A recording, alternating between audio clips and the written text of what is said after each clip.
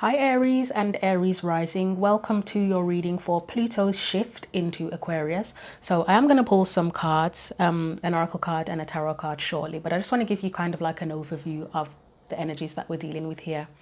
So this reading, as I said, it's for Aries and Aries rising.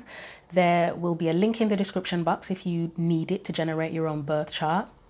So let's get into it. Basically with Pluto, Pluto was in Capricorn for the last 16 years. Big changes for everyone.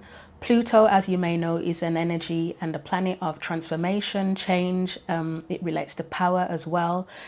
Pluto basically breaks things down. It goes beneath the surface and it strips everything back so that we can see where change is needed. And then that may involve letting go as well. We can see what we need to let go of so that we can kind of purge, regenerate and take our power back.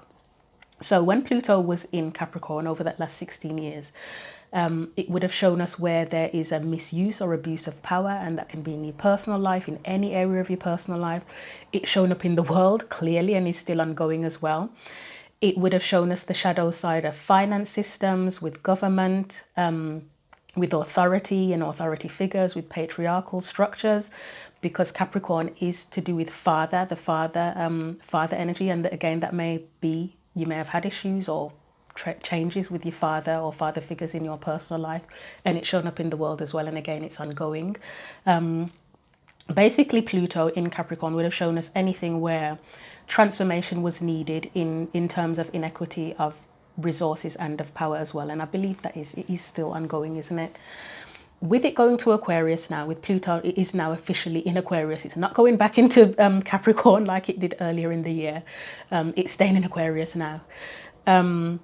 Aquarius is it's a progressive and liberating type of energy. So again, there will be changes, transformation, matters relating to power, disempowerment. But this is more going to be to do with equality, sort of equality, liberation, freedom for everyone. It will show us where we have been disempowered in our personal lives and collectively, and how to take that power back, hopefully. Aquarius pushes the boundaries of what we think possible. So that can be in terms of higher consciousness, in terms of what is good for everyone. I was saying in just the last reading that I did, it might be a golden age at some point, not right now, because there's a lot of war going on. You never know. Because if it pushes the boundaries of what we think is possible, then if we think it's not possible for the world to be harmonious, even if it's only for like a year or something, with Aquarius energy, anything is possible.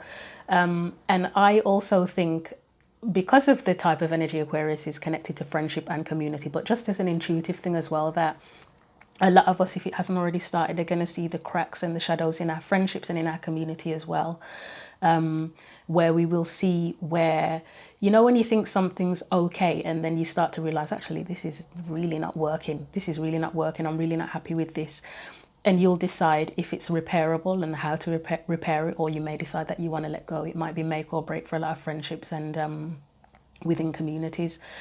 But for Aries and Aries rising, Pluto when Pluto was in Capricorn, it was in your 10th house, which is actually Capricorn energy. The 10th house is Capricorn.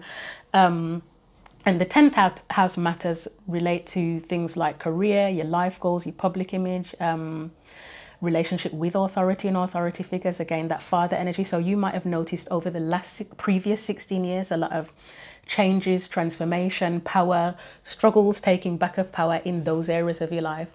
Now that Pluto is in Aquarius, it's now in your 11th house, which is Aquarius energy. So again, we've got matters of innovation. Things could change for you and transform, and you get your power back in terms of innovation, or you use your power for innovation. The 11th house also connects to humanitarianism, so you could find yourself connecting more to others in a humanitarianistic, if that's even a word, kind of way. I already mentioned friendship and community, so things may be changing there for you. Also within the sense of your individuality, but how you operate and think as an individual, and then use that within a community as well. And then with the 11th house, it connects to hopes and wishes and your dreams as well. So things could change there. You could be using your power for that, or taking your power back with that as well. So that's the brief-ish overview. I think I got it under 5 minutes, so I guess that's as brief as it's going to get.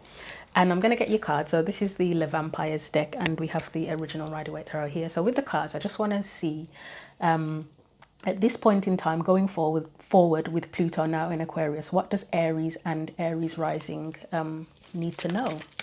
What do you need to know going forward? What does Aries rising and Aries sun need to know? Ooh, you've got the ancient card. This is a very mystical card. So ancestry, Egypt, magical inheritance, and it's a number 4 as well. And number 4, the fourth house in astrology is Cancer, and Cancer energy is, and the fourth house are connected to ancestry as well. So you might be digging deep into your past and your family, like your family tree. You might be looking at past life stuff as well, to be honest. Somebody could specifically be visiting Egypt or researching Egypt. And then obviously with the magical inheritance, there might be something that you have inherited. You might have inherited spiritual gifts and be sort of embracing that more and using that more. You could be using that for humanitarianistic, again, if that's a real word, purposes, or you could be connecting with friends and community in terms of your gifts as well, or using them. Maybe one of your wishes is to use your gifts to help others. Right, let's see what else comes up for you with the tarot. That was very decisive. Okay, so who did I just do? I just did Cancer. They got this card as well, and I said it connected to the daily written tarot reading I did for the 19th of November, which was the actual day, the official day, if I'm getting my dates right, that Pluto shifted from Capricorn into Aquarius. And I basically said, which is pretty obvious, it's time for a new legacy. So it's time for a new legacy for everyone with that massive shift. For Cancer, with it being on the bottom of the deck for them, a new legacy for them. And I'll say the same for you. And then we also have the Five of Pentacles. That was the card that flew out. So let me just have a look at this. What am I getting from that? The word community is coming up strong with this. I just, looking at it, I just keep getting community, community, community, community. So again, that humanitarianism really you might be using your energy for that, to lead something with that, to do with humanitarianism. That's one aspect of the card that comes in, so helping the less fortunate. I mean, Aries is known for having a leadership energy. Leo is as well, but Aries too, that leadership energy. So you might be leading something in relation to helping charity, helping people less fortunate, helping people who are disempowered even. Or if you've been feeling like you're lacking something, if you're connecting with new friends and new communities, then it might change things to where you feel more supported. You might also find something out with the ancestry aspect of things as well. I'll say it because it's come up. Somebody may be researching something about their ancestors who were slaves, and that could be in any. I mean, obviously the obvious one would be African slaves, because that's the one that first comes to mind. But it could be any kind of slavery. Something else is coming in. Anything where someone's ancestors, whatever culture you are from, was, okay, I can think of one specific person that this might relate to, not necessarily to do with slavery, but just in general. I'll just say the word, what is it? Oh my God, I've forgotten the word now. Constellation. Yeah, constellation, that might be specific for someone.